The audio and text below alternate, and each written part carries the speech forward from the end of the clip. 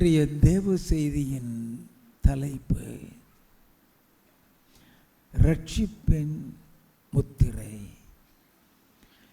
எபேசியரின் புஸ்தகம் 1வது அதிகாரம் 13வது 14வது வசனங்கள். நீங்களும் உங்கள் ரட்சிப்பின் சுவிசேஷமாகிய சத்திய வசனத்தை கேட்டு விசுவாசிகளான போது வாக்குத்தத்தம் பண்ணப்பட்ட பரிசுத்த ஆவியால் அவருக்குள் முத்திரை போடப்பட்டீர்கள்.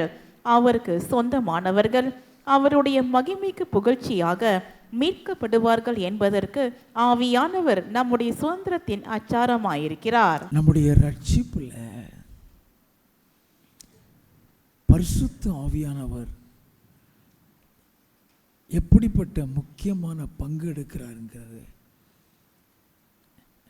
நம்ம யாருக்குமே தெரியாது. நீங்களும் உங்கள் ரட்சிப்பின் சுவிசேஷமாகிய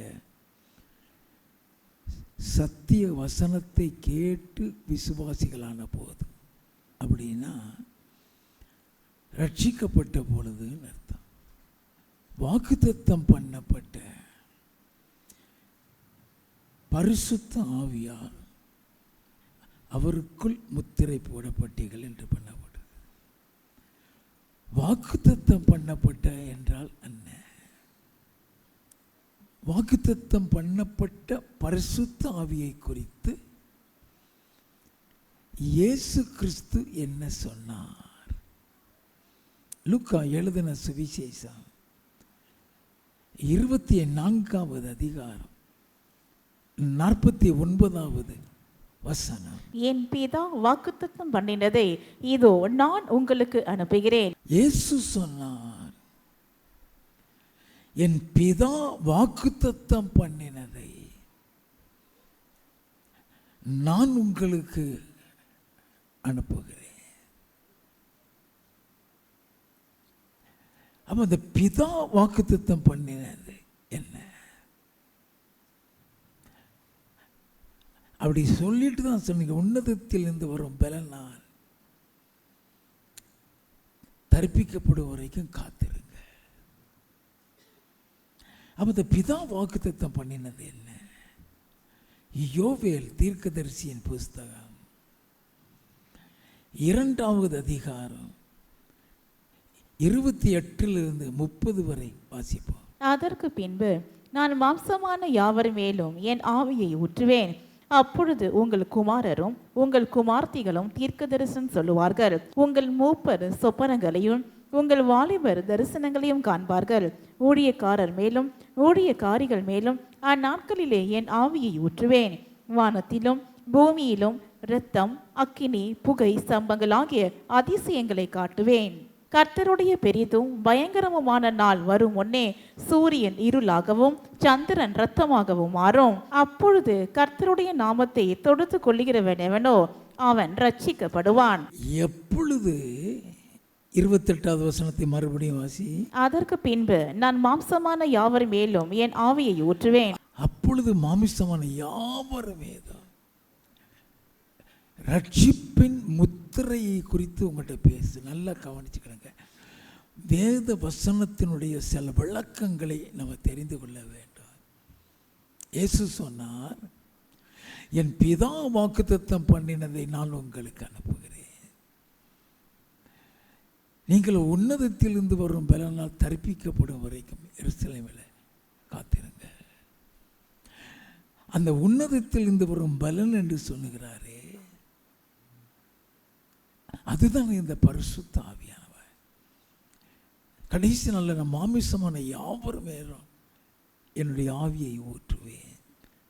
இதை குறித்து அப்போஸ்தல நடவடிக்கைகள் 1வது அதிகாரம் 4வது 5வது வசனத்தில் இயேசு கிறிஸ்து சொன்னார். வாசிப்போம். அன்றியும் அவர் அவர்களுடனே கூடி வந்திருக்கும் போது அவர்களை நோக்கி, யோவான் ஜலத்தினாலே ஞானஸ்தானம் கொடுத்தான். நீங்கள் சில நாளுக்குள்ளே பரிசுத்த ஆவியினாலே ஞானஸ்நானம் பெறுவீர்கள். ஆகையால் நீங்கள் எருசலேமை விட்டு போகாமல் என்னிடத்தில் கேள்விப்பட்ட பிதாவின் வாக்குத்தத்தம் நிறைவேற காத்திருங்கள் என்று கட்டளையிட்டார். என்னிடத்தில் கேள்விப்பட்ட நல்லா கவனிங்க. என்னிடத்தில் கேள்விப்பட்ட பிதாவினுடைய வாக்குத்தத்தம் நிறைவேற காத்திருங்க. அதைத்தான் லூக்கா 24:49 என் பிதா வாக்குத்தத்தம் பண்ணினதை நான் உங்களுக்கு அனுப்புகிறேன், உன்னதத்தில் நீங்களோ உன்னதத்திலிருந்து வரும்பெல்லாம் தரிப்பிக்கப்படும் வரைக்கும் எருசலேமிலே காத்திருங்கள். அப்போ இந்த பிதா அனுப்பின வாக்குத்தத்தம்னு சொல்றது தான் இந்த பரிசுத்த ஆவியானவர். இதை குறித்து தான் இயேசு மறுபடியும் அப்போஸ்தலர் 1:4-5 சொல்லிட்டு அப்போஸ்தலர் 1:8 சொல்லுகிறார். வாசிப்போம். பரிசுத்த ஆவி உங்களிடத்தில் வரும்போது நீங்கள் பலன் அடைந்து எருசலேமிலும் யூதேயா முழுவதிலும் சமாரியாவிலும் பூமியின் கடைசி பரியந்தமும் எனக்கு சாட்சிகளாக இருப்பீர்கள் என்றார். இப்போ அது பரிசுத்த ஆவியினே சொல்லுகிறார். பரிசுத்த ஆவி உங்களிடத்தில் வரும்பொழுது நீங்கள் பலன் அடைந்து எருசலேமிலும் யூதேயாவிலும் பூமியின் கடைசியும் சாட்சிகளாக இருப்பீங்க. அங்கே யோவேல் தீர்க்கதரிசியின் புஸ்தகத்தில் வாசிக்கும் பொழுது, அப்பொழுது கர்த்தருடைய நாமத்தை தொழுது கொள்ளுகிறவன் எவனோ அவன் ரட்சிக்கப்படுவான். அப்போ இதில் இப்போ நம்ம வாசிக்கிறோம் எபேசியர் 1:13 நீங்கள் சத்தியவசனமாகிய சுவிசேஷத்தை கேட்டு விசுவாசிகளான பொழுது வாக்குத்தத்தம் பண்ணப்பட்ட பரிசுத்த ஆவியால் முத்திரை தரிப்பிக்கப்படுகிறீர்கள். அப்போ இந்த பரிசுத்த ஆவியில் முத்திரை தரிப்பிக்கப்படுகிற அனுபவம்னா என்ன? என் பிதா வாக்குத்தத்தம் பண்ணினதுன்னா என்ன? யோவான் ஜலத்தினால் ஞானஸ்நானம் கொடுத்தான். நீங்கள் இன்னும் சில நாளைக்குள்ள பரிசுத்த ஆவியினாலே ஞானஸ்நானம் பெறுகிறேன். இதை குறித்து யோவான் ஸ்நானகன் சொன்னான். லூக்கா எழுதின சுவிசேஷம் 3:16 யோவான் எல்லாருக்கும் பிரதி உத்தரமாக, நான் ஜலத்தினால் உங்களுக்கு ஞானஸ்நானம் கொடுக்கிறேன், என்னிலும் வல்லவர் ஒருவர் வருகிறார், அவருடைய பாதரட்சைகளின் வாரை அவிழ்க்கிறதற்கும் நான் பாத்திரன் அல்ல, அவர் பரிசுத்த ஆவியினாலும் அக்கினியினாலும் உங்களுக்கு ஞானஸ்நானம் கொடுப்பார். பரிசுத்த ஆவியினாலும் அக்கினியினாலும் ஞானஸ்நானம் கொடுப்பான்னு சொல்றார். நான் உங்களுக்கு ஜலத்தினால் ஞானஸ்நானம் கொடுக்கிறேன், என்னிலும் வல்லவர் ஒருவர் வருகிறார், அவருடைய பாதரட்சம் வாரை அவிழ்க்கிறதுக்கும் நான் பாத்திரன் அல்ல, அவர் பரிசுத்த ஆவியினாலும் அக்கினியினாலும் ஞானஸ்நானம் கொடுப்பான்னு சொன்னார். இதைத்தான் இயேசு கிறிஸ்து சொன்னால். யோவான் ஜலத்தினால் ஞானஸ்நானம் கொடுத்தான்.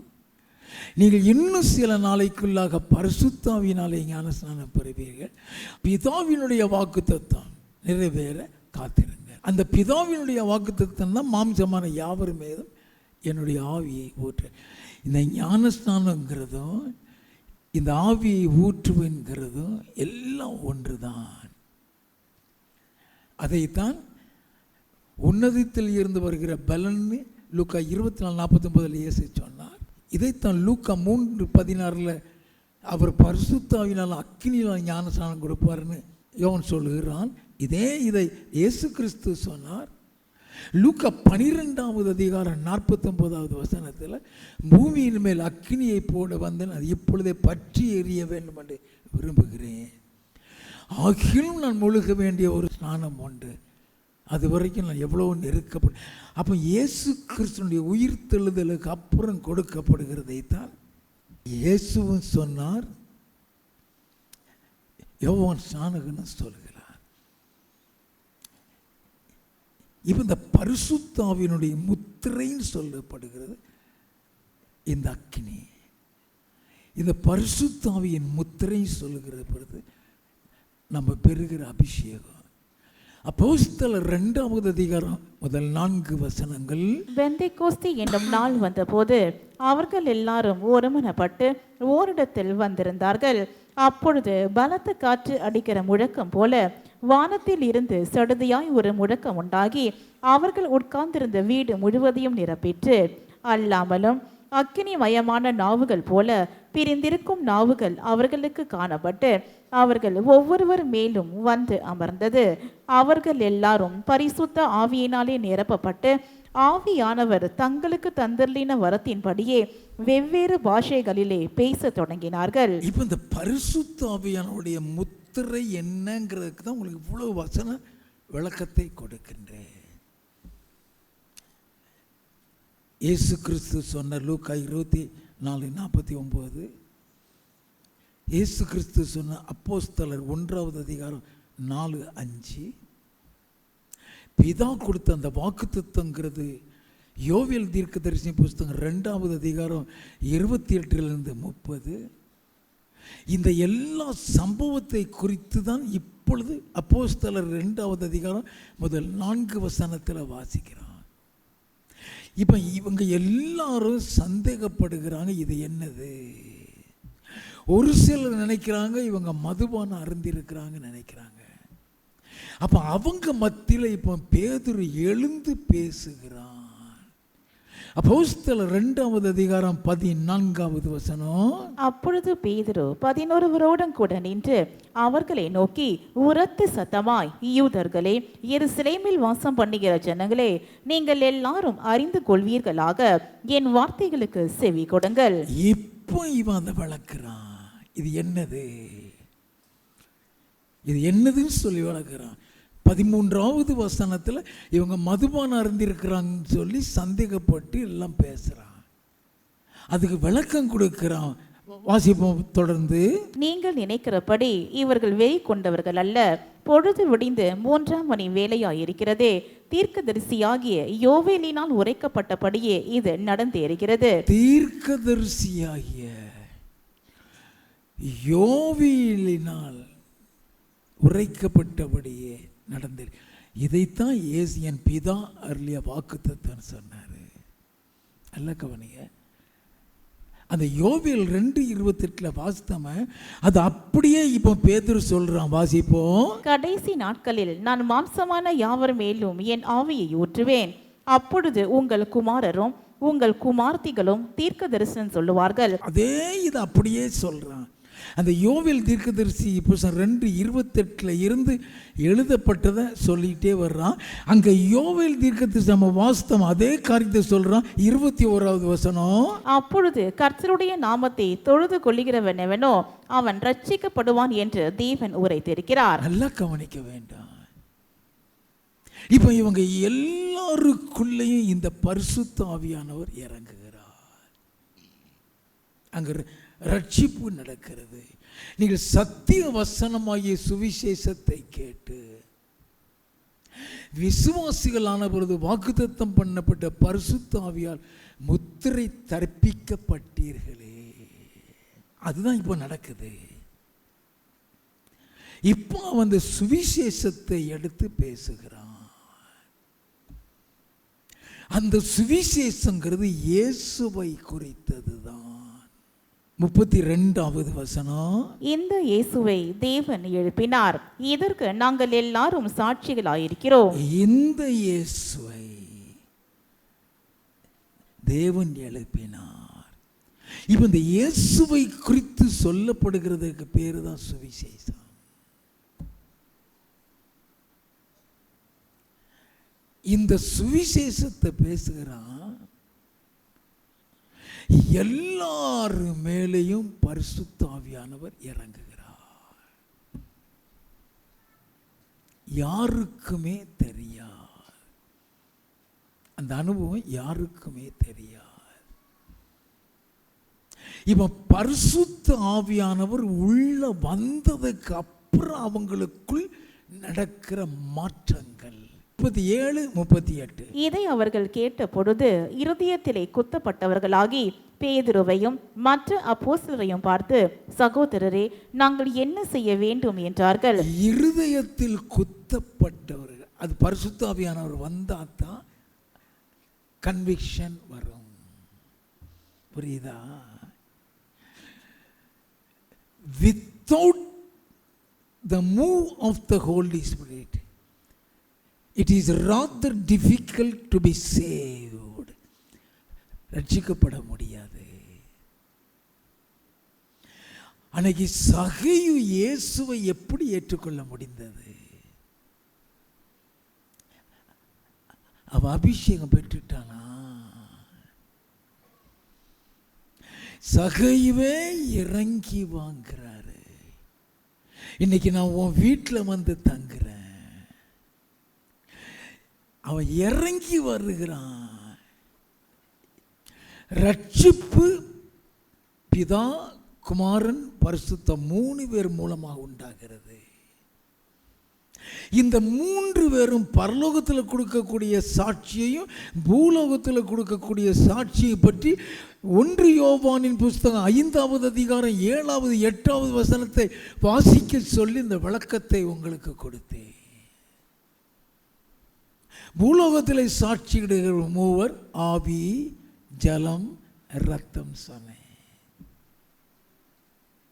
இந்த 3 உங்களுக்குள்ள செயல்படும் பொழுதுதான் ரட்சிப்பு வருகிறது. அப்ப பரிசுத்த ஆவியானவர் உனக்குள்ள வந்துட்டாலே நீ முத்திரை தரிப்பிக்கப்படுகிறாய். அது இயேசு கிறிஸ்துனுடைய உயிர்த்தெழுதலுக்கு அப்புறம் நடக்கக்கூடிய சம்பவம். அதனால தான் கர்த்தருடைய நாமத்தை தொழுது கொள்ள எவனும் ரட்சிக்கப்படுவான்னு சொல்லப்படுகிறது. இப்ப பேதுருடைய பிரசங்கத்தை கேட்டு அவங்க இருதயத்துக்குள்ள குத்தப்படுகிற, ஆங்கிலத்தில் கன்விக்ஷன் சொல்றது. ஆவியானவருடைய ஒரு மூவ் நம்மளுக்குள்ள இருக்கும் பொழுது மட்டுமே மனம் திரும்புதல் ஏற்படும். நல்ல கவனிங்க, வல்லமை எப்பொழுது வெளிப்படும்? நீ உள்ளுக்குள்ள அவர் யார்கிட்டனால் உள்ள வந்துடுவார். நீ ரட்சிக்கப்பட்டாலும் படாட்டாலும், நீ ரட்சிக்கப்பட்டால் மட்டுமே வல்லமை வெளிப்படும். நீ ரட்சிக்கப்பட்டதுக்கு அப்புறம் தான் வல்லமை உள்ள இருந்து வெளியே வரும். அதனால தான் இயேசு கிறிஸ்து சொன்னார், யோவான் எழுதின சுவிசேஷம் 7வது அதிகாரம் 37வது 38வது வசனங்கள். பண்டிகையின் கடைசி நாளாகிய பிரதான நாளிலே இயேசு நின்று சத்தமிட்டு, ஒருவன் தாகமாயிருந்தால் என்னிடத்தில் வந்து பானம் பண்ண கடவன். வேத வாக்கியம் சொல்லுகிறபடி என்னிடத்தில் விசுவாசமாய் இருக்கிறவன் எவனோ அவன் உள்ளத்தில் இருந்து ஜீவ தண்ணீருள்ள நதிகள் ஓடும் என்றார். என்னிடத்தில் விசுவாசமாய் இருக்கிறவன் எவனோ, அப்ப அது ரட்சிப்பை குறிக்கிறது. எப்படி ஞானஸ்நானம் விசுவாசத்துக்குள்ள வருகிறதோ, எல்லாம் கவனிக்க வேண்டும். ஞானஸ்நானம் எப்படி விசுவாசத்துக்குள்ள வந்து அந்த விசுவாசத்தினால நீ எடுக்கிற ஞானஸ்நானம் தான் செல்லும். விசுவாசியாம எடுக்கக்கூடிய ஞானஸ்நானம் செல்லாது. அப்ப தெளிப்பு ஞானஸ்நானம் செல்லுமா? அதே மாதிரி தான் இங்க பரிசுத்த ஆவியானவர் உனக்குள்ள வந்து கிரியை செய்யும் பொழுது மட்டுமே உனக்குள்ள ரட்சிப்பு உண்டாக முடியும். அவர் உனக்குள்ள வருகிறார் இல்லையா, அதுக்கு பேர் முத்திரை.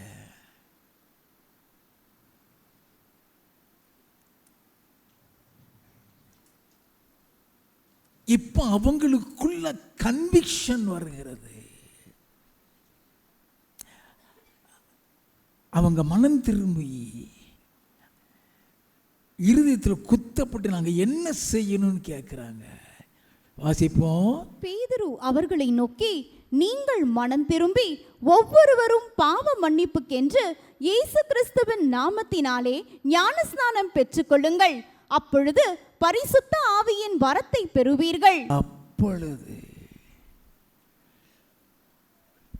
பியூட்டிஃபுல்லா சொல்லுவான், பரிசுத்த ஆவியின் வரத்தை பெற்றுக்கொள்வீங்கன்னா gifts of the holy spirit நினைச்சிடாதீங்க.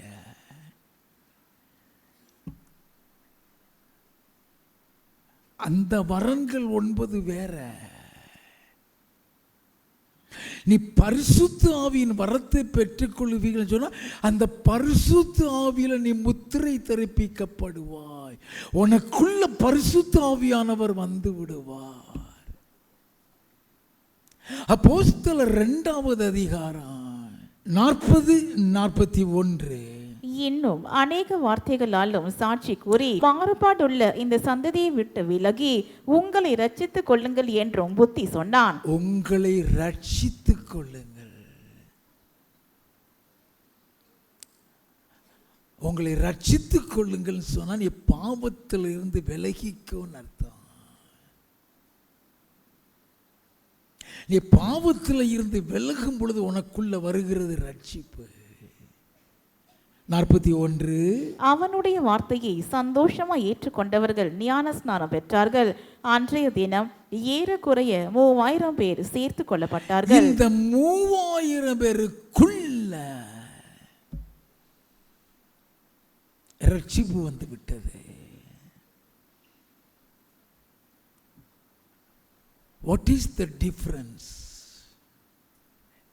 நம்ம இந்த முத்திரையின என்னங்கிறதை தெரிந்து கொள்ள வேண்டும்.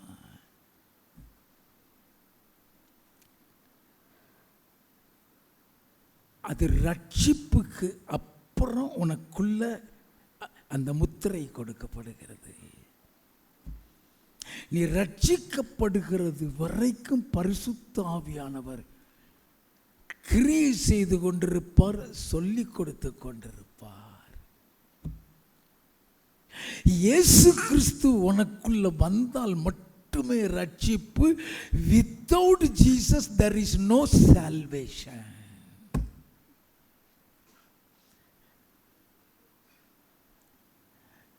அப்ப இயேசு கிறிஸ்துவனுடைய ரத்தத்தில் கழுவப்படுகிறது. ஆண்டவரிடத்தில் வந்து என்னுடைய ரத்தத்தில் கழுவுன்னு சொல்ல வேண்டிய அவசியமே கிடையாது.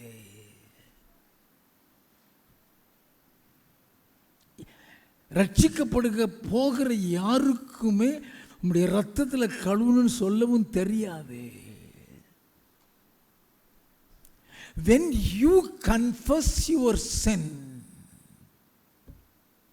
நீ உன் பாவத்தை அறிக்கை செய்த உடனே ஆட்டோமேட்டிக்கா நீ ரத்தத்தில் கழுவப்பட்டு விடுவாய்.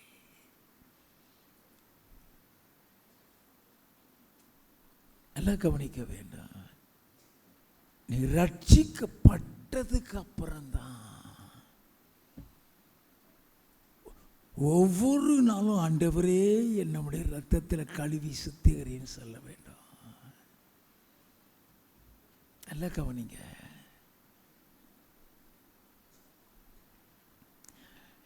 இப்ப அவர் உள்ளுக்குள்ள வந்துட்டாரு.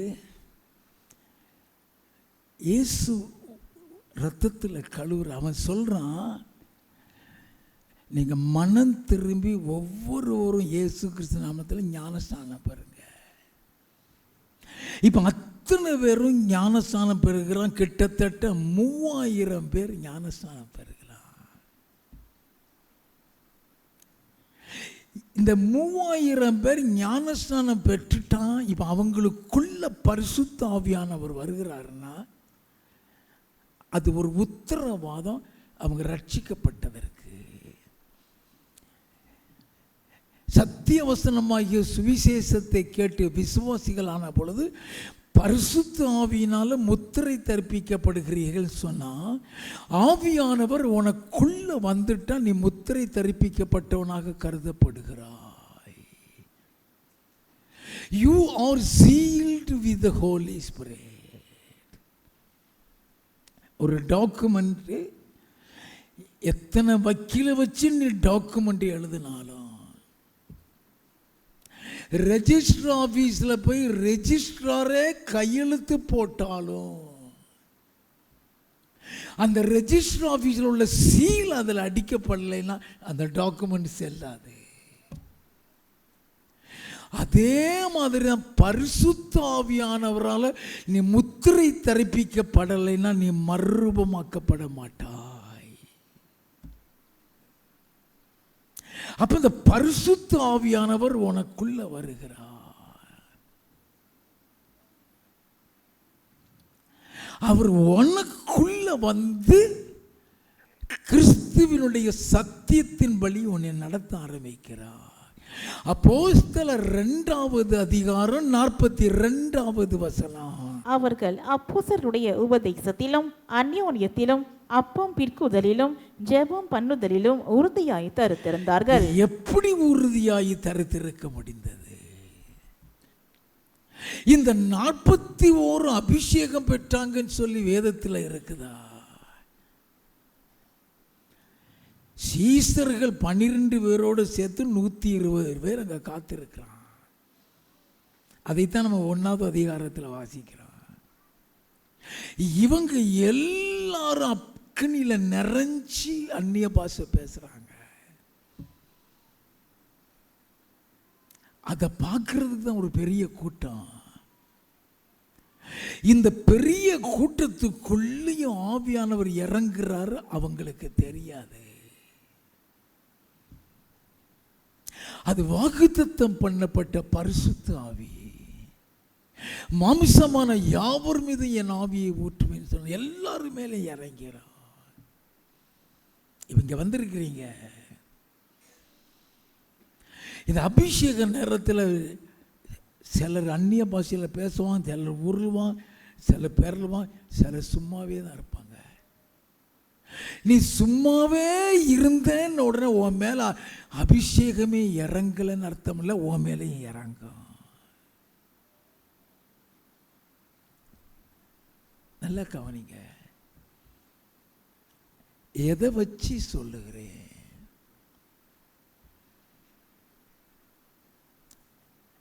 நானும் ரட்சிக்கப்பட்டேன்,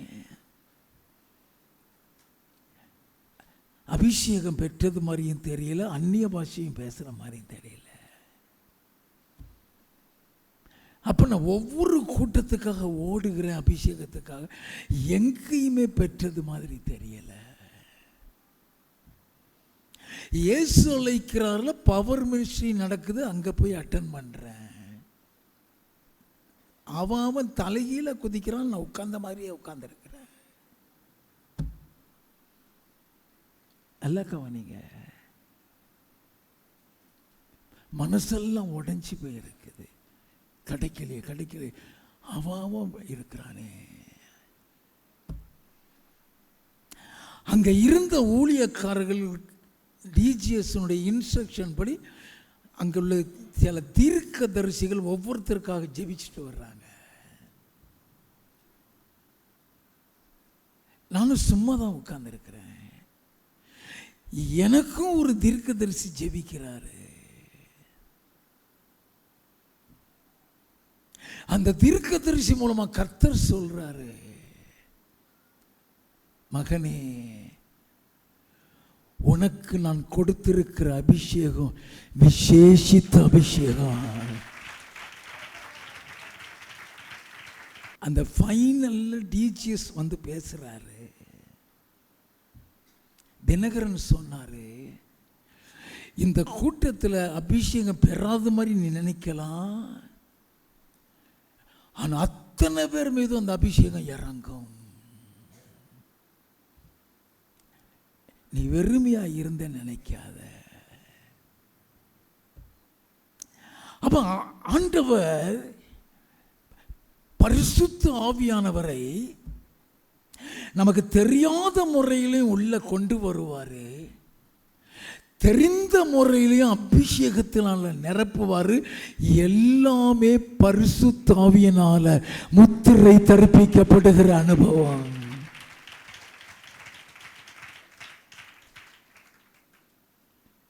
நல்லா கவனிச்சுக்கிட வேண்டும். சாயந்தரம் வந்து உட்கார்ந்துட்டியா, இந்த அக்னி அபிஷேகத்துக்கு ஓடி வந்துட்டியா, உன் மேலேயும் இறங்கிறோம். இவங்க எல்லாரும் மேலேயும் அபிஷேகம் இறங்குது. ஆனா இந்த 3000 பேர் மேல இறங்குனதாக வேதத்தில் இல்லை. நல்ல கவனிங்க. அதுக்கு அடையாளம் என்ன? அவங்களுக்குள்ளேயும் அபிஷேகம் இறங்குச்சுங்கிறதுக்கு அடையாளம் என்ன? அதுதான் 42வது வசனம் வாசிப்போம். அவர்கள் அப்போஸ்தலருடைய உபதேசத்திலும் அந்யோன்யத்திலும் அப்பம் பிற்குதலிலும் ஜெபம் பண்ணுதலிலும் உறுதியாய் தரித்திருந்தார்கள். நம்மளை ஜெபம் பண்ண வைக்கிறதே பரிசுத்த ஆவியானவர் தான்.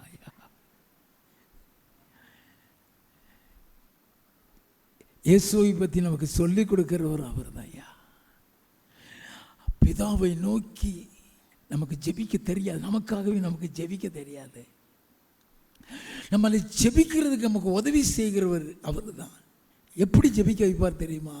ரோமரின் புஸ்தகம் 8வது அதிகாரம் 26வது வசனம். அந்தபடியே ஆவியானவரும் நமது பலவீனங்களில் நமக்கு உதவி செய்கிறார். நாம் ஏற்றபடி வேண்டிக் கொள்ள வேண்டியது என்னதென்று அறியாமல் இருக்கிறபடியால் ஆவியானவர் தாமே வாக்கு கடங்காத பெருமூச்சுகளோடு நமக்காக வேண்டுதல் செய்கிறார். அவர் நமக்குள்ளே இருந்து நமக்காக வேண்டுதல் செய்வார்.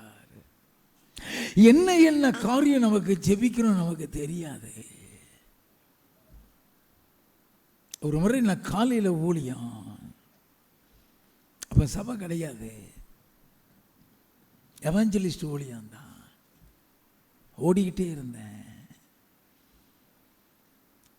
காலையில் ஊழியம் முடிச்சுட்டு மத்தியானம் இன்னொரு இடத்துல நான் செய்தி கொடுக்க போனோம். அந்த இடத்துல செய்தியை முடிச்சுட்டு சாயந்தரம் வீட்டுக்கு வர்றேன். சாயந்தரம் 7 மணிக்கு நான் இன்னொரு இடத்துல போய் செய்தி கொடுக்கணும். சாயந்தரம் நான் வீட்டுக்கு வந்து காஃபி குடிச்சிட்டு ஜெபிக்க போகிற முடியலை, டயர்டாயிருச்சு, என்னால் ஜெபிக்க முடியலை. என் பிரேயர் ரூமில் அப்படியே படுத்துட்டேன். So tired. வெறும் அந்நிய பாஷை மட்டும் வந்துட்டு இருக்கு. எனக்கு அது ஆவியானவர் ஜெபம் பண்றாருங்கிறது தெரியாது. அவர் ஜெபம் பண்ணினார்னா பரலோகத்திலிருந்து உடனே பதில் வந்துடும். அந்த டயர்னஸோடு சாயந்தரம் போனேன்.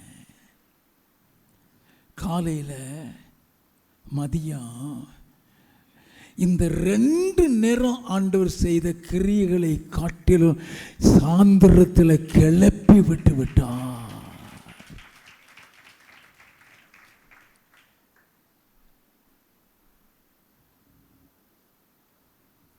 அதுக்கு தான் ஆவியானவர். அவர் மீட்கப்படுகிற நாளுக்காக ஒரு முத்திரையாக நமக்கு கொடுக்கப்படுகிறார்னா, உன்னை வருகைக்கு ஆயத்தப்படுத்துகிறவர் ஆவியானவர்.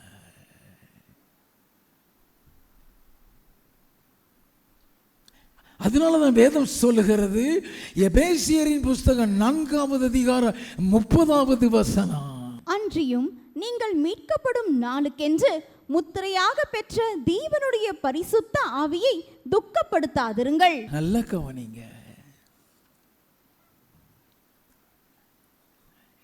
What does it mean?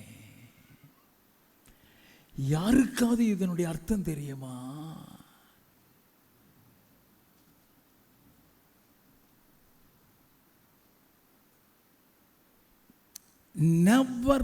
Never grieve the Holy Spirit who has been given unto you for redemption.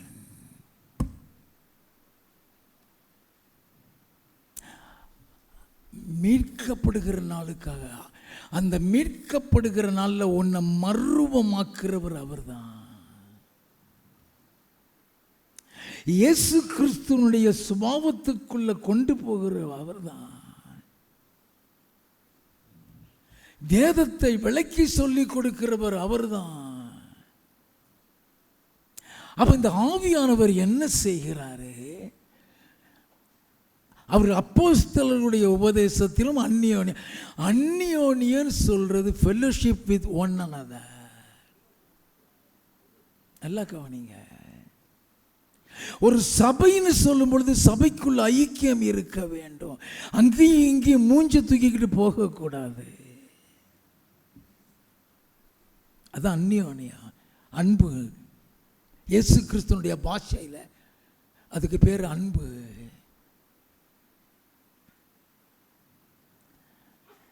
அப்போஸ்தலருடைய உபதேசத்திலும் அந்நியோனியத்திலும் அப்பம் பிற்குதலிலும் ஜெபம் பண்ணுகிறதிலும் உறுதியாய் இந்த பரிசுத்த ஆவியானவர் உன்னை சரியாய் நடத்துவார்.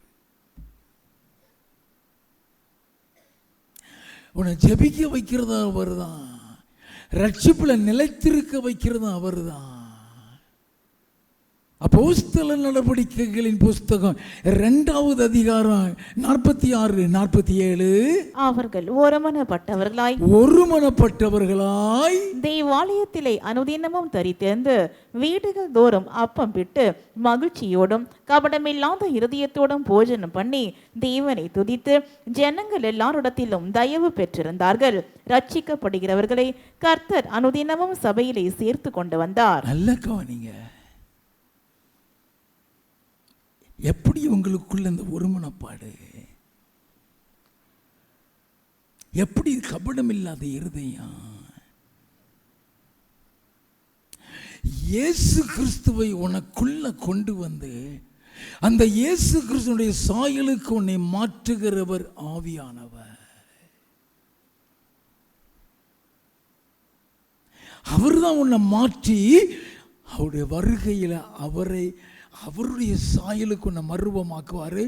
2 கொரிந்தியரின் புஸ்தகம் 3வது அதிகாரம் 18வது வசனம். நாம் எல்லாரும் திறந்த முகமாய் கர்த்தருடைய மகிமையை கண்ணாடியிலே காண்கிறது போல கண்டு ஆவியாய் இருக்கிற கர்த்தரால் அந்த சாயலாகத்தானே மகிமையின் மேல் மகிமை அடைந்து மறுரூபப்படுகிறோம். மறுரூபப்படுத்த வைப்பார். அல்லேலூயா.